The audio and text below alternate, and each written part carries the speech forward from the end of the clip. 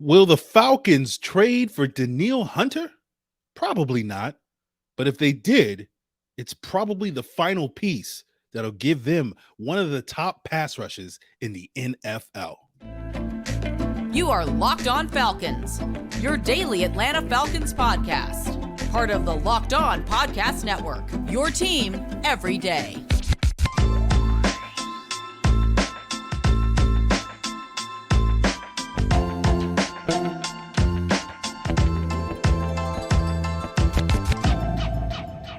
So, guys, you know me. I'm Aaron Freeman, a.k.a. Mr. Drew, a.k.a. Sirius Black, and, of course, the very humble host of this illustrious Locked On Falcons podcast, your daily Atlanta Falcons podcast, part of Locked On Sports Atlanta, your team every day. And today's episode is brought to you by FanDuel Sportsbook, the official sportsbook of the NFL. Make every moment more by visiting FanDuel.com/LockedOn today to get started. And guys, we thank each and every one of you that makes this illustrious podcast your first listen each and every day. Shout out to the everydayers who subscribe and do like they do by subscribing or following for free on YouTube or wherever you listen to podcasts. So today's episode is talking all about the possibility of a Danielle Hunter trade, right? And I'm listening to Jarvis Davis and Tanitra Batiste on ATL Day Ones on Locked On Sports Atlanta last week talk about the possibility of bringing Danielle Hunter. And we spend so much time on this podcast talking about Corey Davis and Hunter Renfrow. And yes, they will get beyond that, more than a passing reference on today's episode. We got to do it.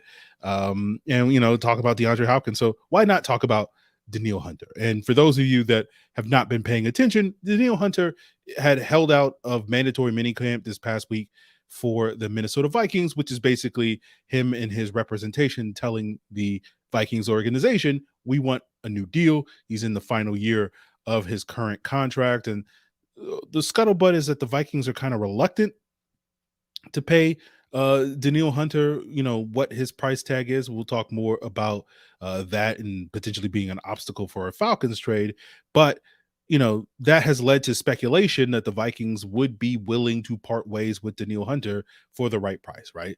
The various reports are that the Vikings are not actively shopping Danielle Hunter, but basically, if someone were to come calling and give them a Godfather offer, they would not necessarily refuse, right? It's an offer that they can't refuse. So we'll see how that goes. But, with this coming up, Danielle Hunter is one of the best pass rushers in the NFL, right? And if a team such as the Atlanta Falcons were to make a move for him, it would make a lot of sense. We've talked quite a bit over the last couple of months about how the additions that the Falcons have already made this offseason should at least get them from the bottom of the league in terms of pass rush production with sacks to at least closer to middle of the pack in terms of sack production.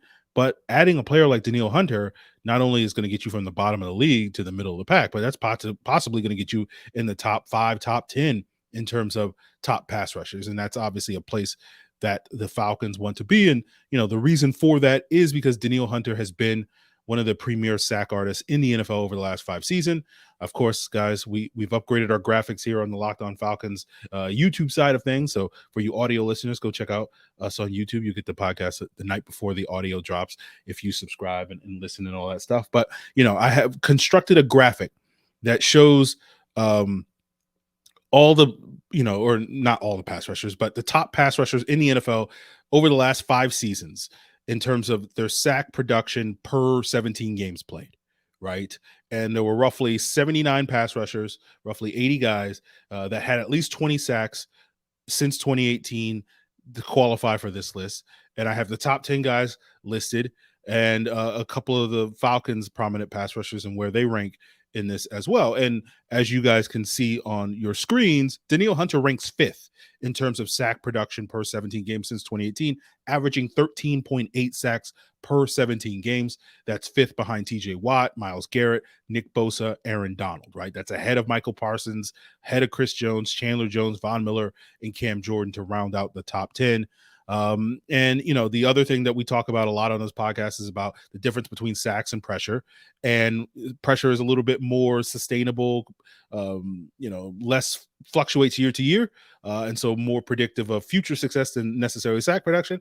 And Hunter is one of the top pressure guys in the league. He ranks 17th among these roughly 80 pass rushers in terms of pressure rate, and relative to the edge rushers, that's like in the top 12 among the edge rushers. So you can make a pretty compelling argument that his pressure rate is actually higher than Myles Garrett. It's higher than Chandler Jones. It's higher than Cam Jordan, higher than Von Miller over the last 5 years. So you can make an argument pretty easily that Danielle Hunter is one of the top 5 to 7 pass rushers in the NFL, at least over the last 5 years when he has been healthy. And the reason why a team like the Falcons would be attracted to that, as you guys can tell looking at the graphic, is that you look at their 4 main pass rushers, right?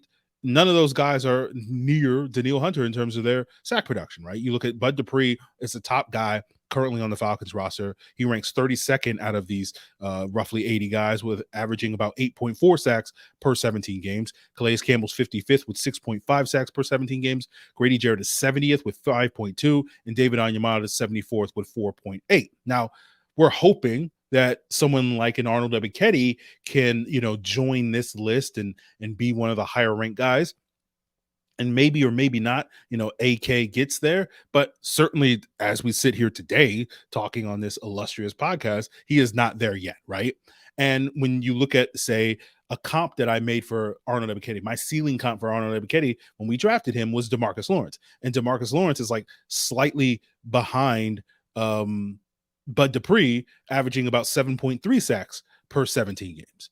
And so essentially, even if I'm wrong, even if I'm lowballing Arnold Ebiketie and he's better than DeMarcus Lawrence, basically, Danielle Hunter from a sack production is twice as good as DeMarcus Lawrence. So basically, Arnold Ebiketie, even for my high-end projection for him, has to be twice as good to reach a level comparable to what Danielle Hunter has been these last couple of years when he has been healthy for the Minnesota Vikings. And we also know that another thing, the factor that plays into the favor of the Falcons pursuing certain players, is having a coach on staff that has some experience, that knows the makeup of the player. And the Falcons have that with Danielle Hunter because of the presence of Jerry Gray on this Falcons defensive coaching staff. Jerry Gray was alongside Danielle Hunter for 5 years in Minnesota when Jerry Gray was the defensive backs coach, while Danielle Hunter was rushing the quarterback. And I'm sure Jerry Gray has a great appreciation for all the production and play of Danielle Hunter on the front end that allowed his guys on the back end to do their jobs better. And so clearly, there's that connection between what Danielle Hunter can bring to Atlanta based off what he was in Minnesota. And so when you factor that, Hunter's production, the quote unquote intimate knowledge that the Falcons have with him, it makes a lot of sense why the Falcons would be willing to pay a price for Danielle Hunter, not to mention that given Hunter's production, you're probably not going to be paying as high a price as you normally would to get one of the 5 to 7, arguably, best pass rushers in the NFL, right? As you saw on that graphic, and I'll throw it up there again for you guys, you look at the top 10 guys, very few of those guys changed teams. Like Von Miller changed teams late in his career. Chandler Jones was traded in the middle of his career, from New England to Arizona because the Patriots didn't want to pay him. But outside of that, you're looking at the other top 8 guys in the top 10. Those guys haven't changed teams and probably won't change teams at any point into their careers until they get to a point like Von Miller, where they're very late in their career and they're basically, chasing rings or whatever you want to call it. And then you compare it to a player that did change in the middle of his career, and that's Khalil Mack, right? And Khalil Mack, compared to these top 10 guys, if you look at his time in Oakland, his first 4 years in Oakland, he was averaging about 10.8 sacks per 17 games with the Raiders prior to him being traded to the Bears, and he was traded for 2 first-round picks. And so essentially the argument I'm making is Danielle Hunter's production over the last 5 years blows the doors off of Khalil Mack's, at least his sack production, over his first 4 years when he was, a defensive player of the year candidate, traded for 2 first-round picks. And, Mack was 27 at that time. Hunter is 28 currently. He'll turn 29 in October. But basically the point I'm trying to make is, teams don't trade players of Danielle Hunter's caliber. And so the fact that the Vikings would be willing to trade him probably means that you'll be able to get him for a relative bargain. Like, you're probably not going to have to give up 2 first-round picks for Danielle Hunter. And so this is, basically a bargain. But that price tag, not so much in terms of the draft capital that the Falcons would have to get up. I think it's going to be the money that the Falcons would also have to pay Danielle Hunter, again, because this is about him getting a new contract from the Vikings, is what is going to be the thing that prevents the Falcons from making this trade go from a possibility to a reality. And we'll break that down as we continue today's Locked On Falcons. But first, guys, I want to tell you that the NBA season is over, but baseball season is in full swing, and there's no better place to get in on the action than FanDuel, America's #1 sportsbook, because right now new customers get a no-sweat first bet up to $1,000. That means you get $1,000 back in bonus bets if your first bet doesn't win. And whether you want to bet on Major League Baseball or you want to bet on the upcoming NBA draft this week, we kind of know who's going to be #1 pick, Wembanyama, but who's going to round out the top 5? Scoot Henderson, Brandon Miller, Amen Thompson, Cam Whitmore, etc. Go head on over to FanDuel Sportsbook and put your money on where you think some of these top lottery picks are going to be. Of course, you can also bet on the upcoming NFL season. Bijan Robinson, Offensive Rookie of the Year, still the front runner there. Hey, we're talking about pass rushers. Why not bet on who you think is going to be Defensive Player of the Year? Currently, Micah Parsons and Myles Garrett are the top 2 front runners in terms of FanDuel Sportsbook. Myles Garrett in a wide 9 scheme, given what we saw that previous graphic with his sack production, it's only going to go up from there. So he's a great bet. I think Nick Bosa being joined by Javon Hargrave is also another great bet for Defensive Player of the Year if you want to take a flyer there. So, of course, visit FanDuel.com/lockedon. Get that no sweat first bet up to $1,000. Put your money where your mouth is. Again, that's FanDuel.com/lockedon. FanDuel, an official partner of Major League Baseball. So let's talk more about the Danielle Hunter trade. And again, we talk constantly on this podcast about, Corey Davis watch and Hunter Renfrow watch and all this stuff. And, the reason why we do that here on the podcast is because I personally find it fun. I'm sure some of you guys don't find it as fun as I do, but it's fun to call your shot, right? Last summer, around this time, May, June, we were talking about, hey, the Falcons need to add a D tackle. They wound up adding one in Eddie Goldman in July. Of course, that didn't last because he chose to retire. But then, we get to the offseason, the Falcons are investing into Calais Campbell and David Onyema. Those are some of the big investments that they made this offseason. And so that, something that we were talking about, if you're an everydayer here on Locked On Falcons, we're talking about the Falcons beefing up their interior D-line in May, well ahead of March of 2023. And it's a similar conversation to me with the wide receiver, right?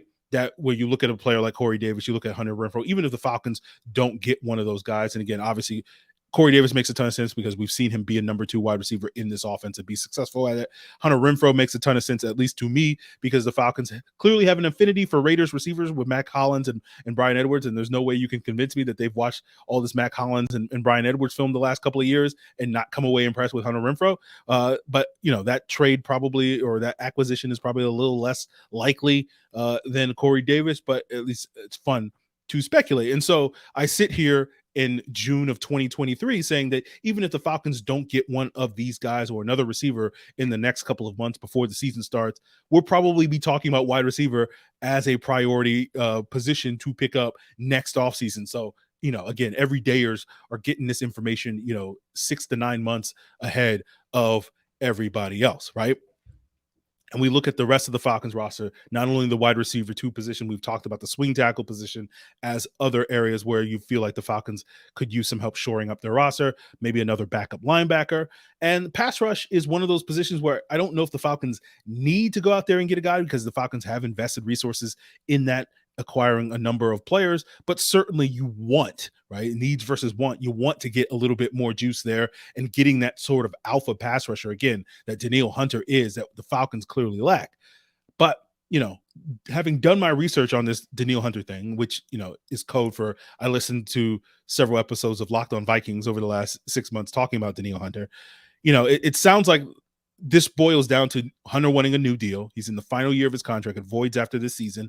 And, it makes sense why Hunter wants to get paid. He's making about, $5 million this year. I think his cap hit is about $13 million. So any team acquiring him would only have to have about $5 million cap space. But again, if you're acquiring Danielle Hunter, the expectation is you're going to pay him, similar to what we saw last season when Bradley Chubb was traded from the Broncos to the Dolphins, right?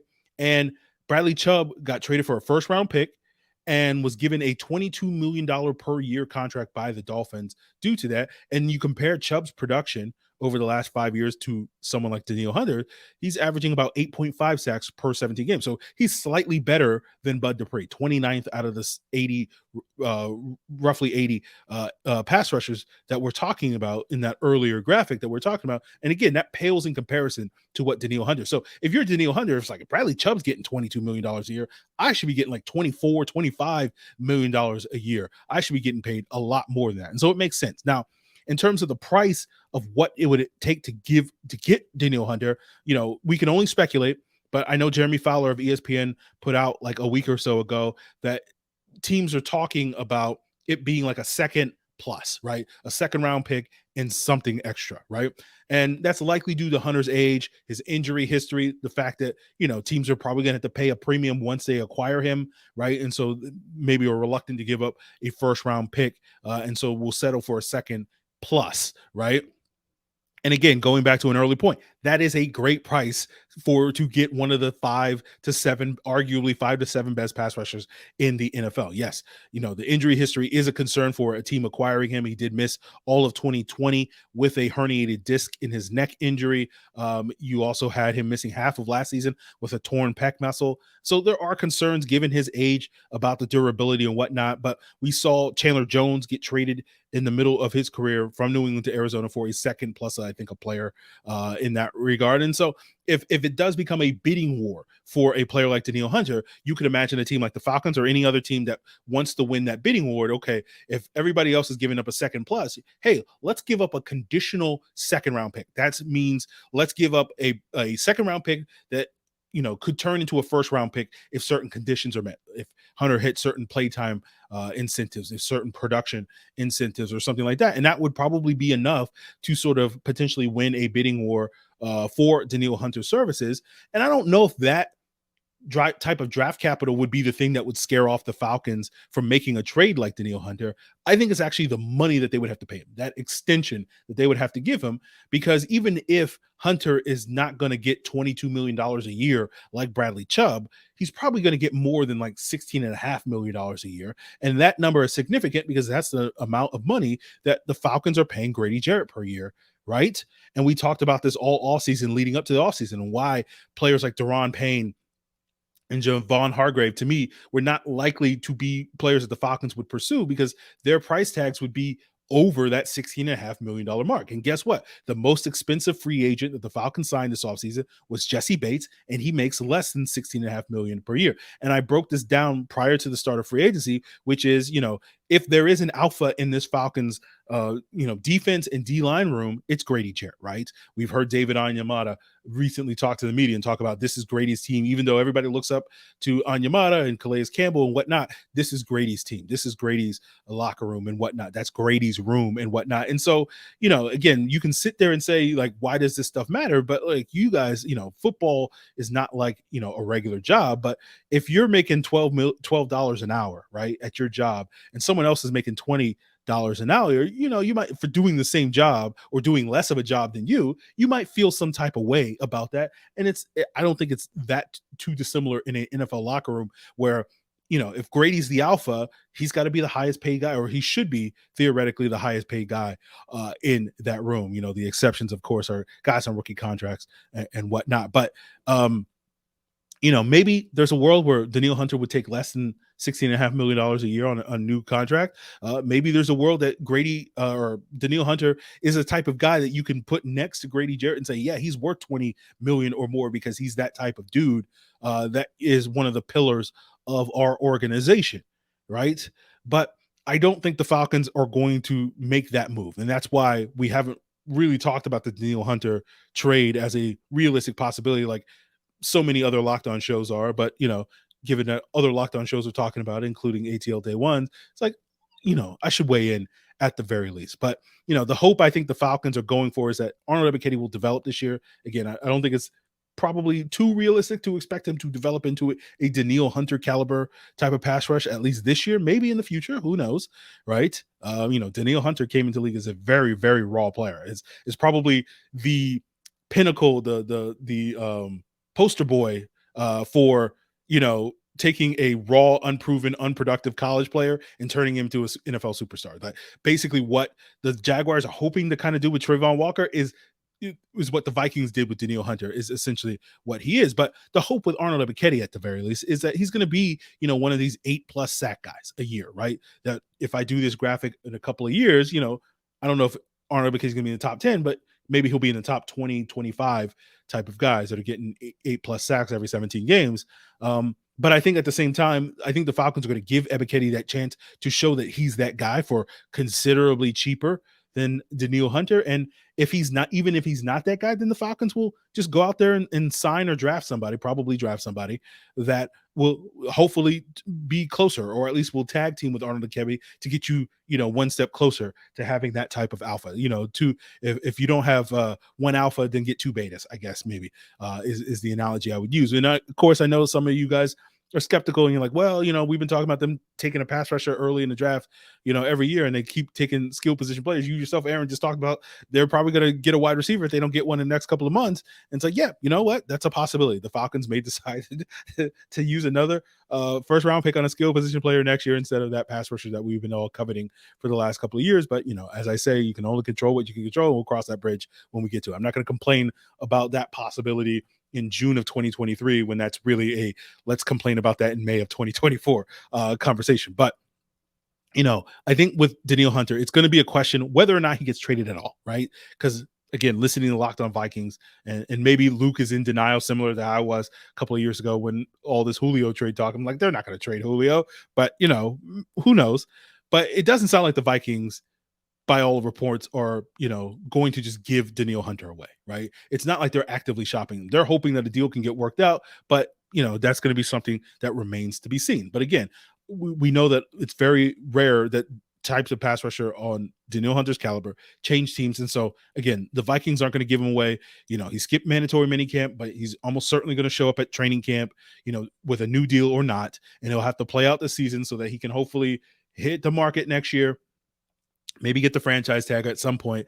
But, that's really what's on the horizon if he doesn't get traded between now and the trade deadline. And so for me, with the Falcons, in terms of their pass rush, I expect the Falcons to be patient, right? I expect them to just kind of see what Ebiketie is this year and then wait and see what is in store at the edge rusher group next offseason, whether that's the draft, whether it's free agency. There's a lot of really talented edges that are poised to hit the market next offseason. I know Nick Bosa and Brian Burns are impending free agents. I don't see either one of those guys hitting the market, but Montez Sweat, Josh Allen, Rashawn Gary, Chase Young, Alex Highsmith, Carl Lawson, etc. Some of these guys are probably going to hit the market, and maybe the Falcons, again, I don't know if any of these guys are Danielle Hunter level of players, but certainly I do think the Falcons may be able to get a pretty impactful pass rusher for less than $16.5 million next offseason. So we'll just have to sort of wait and see. And of course, they'll have a better idea on what Arnold Ebiketie and whether or not they need to spend that type of money on another edge rusher next offseason. So we'll just have to wait and see if the Falcons make that move. But again, as I said, I don't think it's likely the Falcons will be that interested in trading for Danielle Hunter. I just don't think they're willing to basically give out $100 million contract to somebody. If the Falcons are going to give out $100 million contract in the next 12 months, I think it's going to be for AJ Terrell, not for Danielle Hunter. That's my personal opinion. So, the homegrown players are going to get that type of money, as we saw with Chris Lindstrom, Grady Jarrett, Jake Matthews. I don't know if we're going to see the Falcons go out there and get somebody from outside the organization. And I don't know if Danielle Hunter is going to be the exception to that in terms of going out there and getting that type of player. So this is why we're not going to do a Danielle Hunter watch to the degree that we're going to do Corey Davis watch over the coming months and weeks, because I just think it's probably a little less realistic. But those are my thoughts on the possibility of Danielle Hunter. Certainly, if the Falcons, zig when I expect them to zag, you're not going to hear me complain about it. Absolutely. I would love to be able to do that podcast. I'm like, there's real heat for some Danielle Hunter trade talk. So I would love to be able to do that podcast, but we'll circle back if we get anything else on the Danielle Hunter front that's, changes how this situation plays out. We'll certainly give you guys an update as we continue on Locked On Falcons. But as we continue on today's Locked On Falcons, right, we're going to talk about the tryout players that the Falcons just added at the end of their mini camp, as well as talk about how, my origin story or my supervillain origin story, I guess you could say, of how I became a Falcon fan. So we'll get into that as we wrap up today's Locked On Falcons, guys. But I want to give another shout out to my everydayers out there that tune in each and every day. Make sure you follow in their footsteps by subscribing on YouTube or wherever you listen to podcasts. So let's wrap up today's episode. Talk about a couple of the roster moves that the Falcons made over the last couple of days, bringing in some tryout players and signing a couple of those guys. Probably the most notable of that list was the kicker. No, not really. Albert Huggins, the defensive tackle that they signed. The Falcons have added some D tackle depth. We talked about Carlos Davis earlier last week. And sort of the need to sort of shore up that interior D line, just because we don't really know what's going to go on with Eddie Goldman at this position, and having some young guys that are a little bit more insurance, that have a little bit more NFL experience than some of the other bodies that they have at that position makes a ton of sense. Huggins is that he hasn't played a ton, been bounced around the league, but most recently was with the Saints in 2021, missed all of last season with an undisclosed injury. But he's been basically a journeyman, former undrafted free agent out of Clemson in 2019. And the Falcons will be basically the seventh team that he's been on since entering the league 4 years ago. So we'll see if, he gets that opportunity. Probably more likely a practice squad guy than a roster guy, but we'll just sort of have to see. The other notable signing was Chris Blair, the speedy wide receiver that they picked up from the XFL. And Blair's notable is that he led the XFL in yards per reception with 23.4, showcasing that big play ability. Had an 86-yard touchdown on a dig route. We know Arthur Smith loves a guy that can, turn a dig route into a big play. Not saying he's Chris Blair's AJ Brown, but that's basically what AJ Brown was for him in Tennessee. So let's pretend that Chris Blair is a poor man's AJ Brown with that. And so clearly Arthur Smith is going to covet that type of skill set. And then, of course, the kicker, Matthew Trickett, undrafted free agent that was most recently with Minnesota, but previously was with Kent State. And there was a little bit of confusion thanks to our guy Ian Rappaport on Twitter, tweeting out that the Falcons were looking to develop Matthew Trickett as like a potential replacement for Bradley Pinion and Younghoe Koo. By signing Trickett to a 3-year deal. And to clarify, all undrafted free agents sign 3-year deals. So that's pretty standard. So you shouldn't read anything into that, him signing a 3-year deal. The fact that Koo got a 3-year extension last year, Pena got a 3-year extension this past offseason. Trickett is basically a camp body. So anybody who was a little worried about what's going on with the Falcons kicker, they're just bringing an extra kicker to, I guess keep Koo and Pinion fresh during training camp so they don't have to kick their legs out or whatever, just to have another body, another option, again, in the event of an injury, you at least have a known commodity in a Matthew Trickett that you could potentially pull off the street to come in or whatever the case may be. And so to clear the way for those guys, those 3 roster spots, they put Avery Williams officially on IR. So he is out for the season with that ACL tear that he suffered a week or two ago. And they cut 2 undrafted free agents, in the quarterback, Austin Aune, and wide receiver, Justin Marshall. Aune was notable because it was the first time the Falcons had carried a 4th quarterback on the roster since Arthur Smith and Terry Fonto took over, and that lasted about 30 days. So we're back to the 3 quarterbacks with our boy Logan Woodside having the inside track at that scout team quarterback position. And Justin Marshall was notable because he got the most guaranteed money among the undrafted wide receivers that the Falcons signed, but clearly, $30,000 in guaranteed money isn't really going to move the needle for that. And so Keelan Harris Hive on Locked On Falcons is still going strong. But we'll wrap up today's episode answering a listener question from Blake Newsom. Left a comment here on the YouTube channel. Can you do a show breaking down how you became a Falcons fan? That could be a fun story episode. Well, Blake, don't need to do a whole episode on it, but I basically became a Falcon fan circa 1991. And the main reason why I became a Falcon fan was as a kid, when I was like 7 or 8 years old. Around that time, I was constantly changing teams, right? Like I like this team because I like the color. I like this team because Jets are cool, right? And so my dad, who traveled a lot for his job, would, buy these souvenirs. And every time he would leave town and come back and buy me a souvenir for the new team, I would have changed teams in the time that he left. And he was basically tired of wasting money. He was like, oh, look, you got to pick a team, right? As kids, we all get sat down by some adult that tells us that basically you're only allowed to root for one team, and these are the rules, right? So I got that talking to by my dad. So around this time, I'm trying to find a permanent team, and like trying to figure it out. And around this time, I learned that my I have a cousin that plays professional football. He plays for the Atlanta Falcons. This cousin's by the name of Brian Jordan, former safety with the Atlanta Falcons, went on to do it like Deion Sanders and play baseball. And unlike Deion Sanders, Brian Jordan basically gave up football to play baseball, while, of course, Deion went back and forth for many more years. And so this was reason enough for me as a young, impressionable kid. I'm like, oh, I'm related to a professional football player. He played for the Atlanta Falcons. This was right around the time in the Too Legit to Quit year. The team had all the swag with Andre Rison and Deion Sanders, Jessie, Jerry Glanville, all that stuff and more. So it was very easy for me to basically say, like, this is a cool team, all the black and whatnot. To this day, black is my favorite color because of the impression that Jerry Glanville and company left on me as a youth during this time. So that is my Falcons supervillain fandom origin story, whatever you want to call it. And it, I know some of you guys may ask, like, have I ever met Brian Jordan? No, not in real life. Would it be cool to have him on the podcast? Sure. But, at this point in time, we have so many third string roster battles that we have to break down here each and every day on the podcast that, it's not necessarily something that is pressing in terms of having him as a guest on the podcast to basically explain to him, like, hey, I'm your cousin that you don't really know about. And, you're the reason why I'm a Falcon fan. I'm sure it'll be cool and make for great content, but not something that is immediately on the horizon. So maybe we'll get that done in the future at some point. So continue to tune in each and every day so you can watch me fanboy out about my distant cousin that is a former Falcon. But anyway, that's my origin story. That's it, guys, for today's episode. Tomorrow, we're going to be joined by two guests from the Out of Your Falcon Mind podcast, John and Mike. We'll talk about their expectations. We'll be joined by several guests between now and the start of training camp to get their thoughts on this Falcon team heading into the season. Later this week, we'll do the Javon Gwynn scouting report film breakdown, whatever you want to call it. Don't know exactly what day that's going to be. Probably Tuesday night / Wednesday, but we'll see.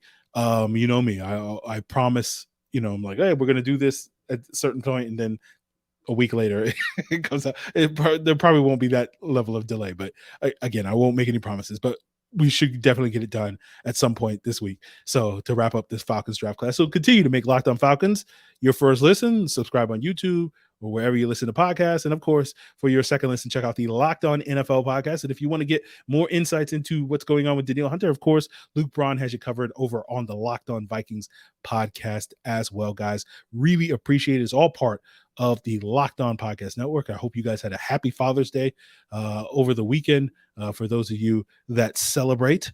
So that's it, guys. Appreciate it. Till then.